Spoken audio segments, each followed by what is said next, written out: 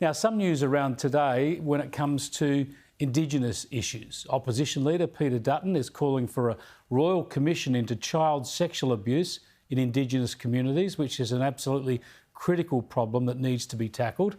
But then there is a bid by activists to remove a statue of Australia's first Prime Minister, Edmund Barton, because they seek to denounce him as a racist. We'll have a look at that issue later in the program. So there are practical issues here about Indigenous disadvantage as well as the pointless overreach of identity politics. They're both alive and well in our political debate in Australia right now, which is why I want to share with you some of a very important speech that was delivered last night.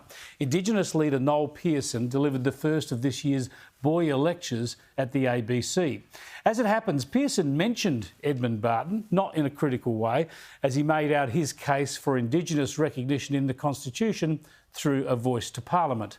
Pearson advocates for the voice as an overdue national reform, not as some sort of identity politics cause for the attention seekers. Constitutional recognition of Indigenous Australians is not a project of identity politics.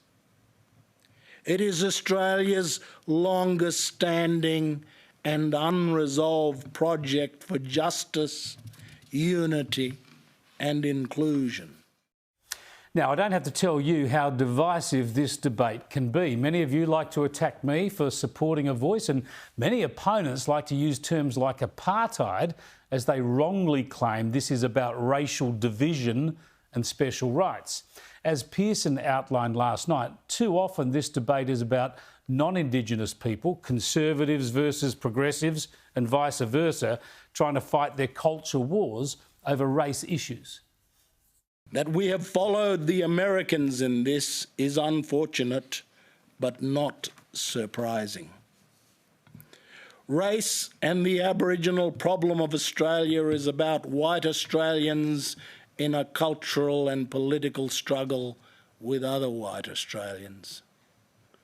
It is yet another agenda of the culture wars.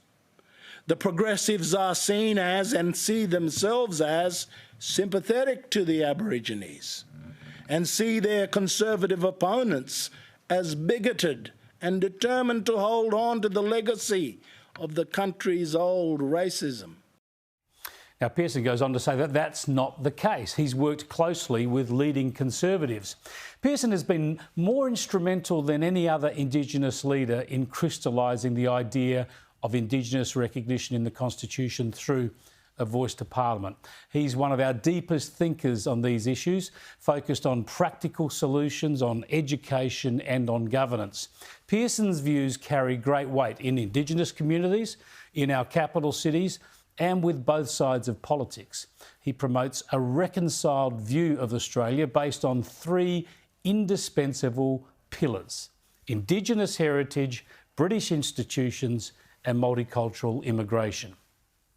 Of all the claims I will make in these lectures, this is the boldest and one of which I am most convicted. Racism will diminish in this country when we succeed with recognition. It will not have the same purchase on us, neither on the majority party that has defaulted to it over 2 centuries, nor the minority that lives it, fears it, and who too often succumb to the very fear itself.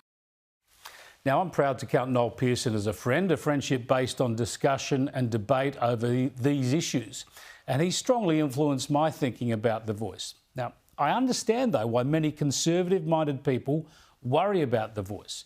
When you hear Lydia Thorpe carrying on, or other radicals and the socialist left trying to claim the voice and make it an identity politics crusade. But we shouldn't let the lunatic fringes on either side of the debate overwhelm the mainstream discussion. Better to listen to serious-minded proponents like Pearson. Look, I simply wouldn't support a voice unless I believed it could deliver practical changes to close the gap. And I wouldn't back it unless I thought it would unite rather than divide the nation. But while we'll all make up our own minds, whatever we think, it's always worth listening to arguments made as eloquently as this. Let me point out what is incontrovertible. Australia doesn't make sense without recognition.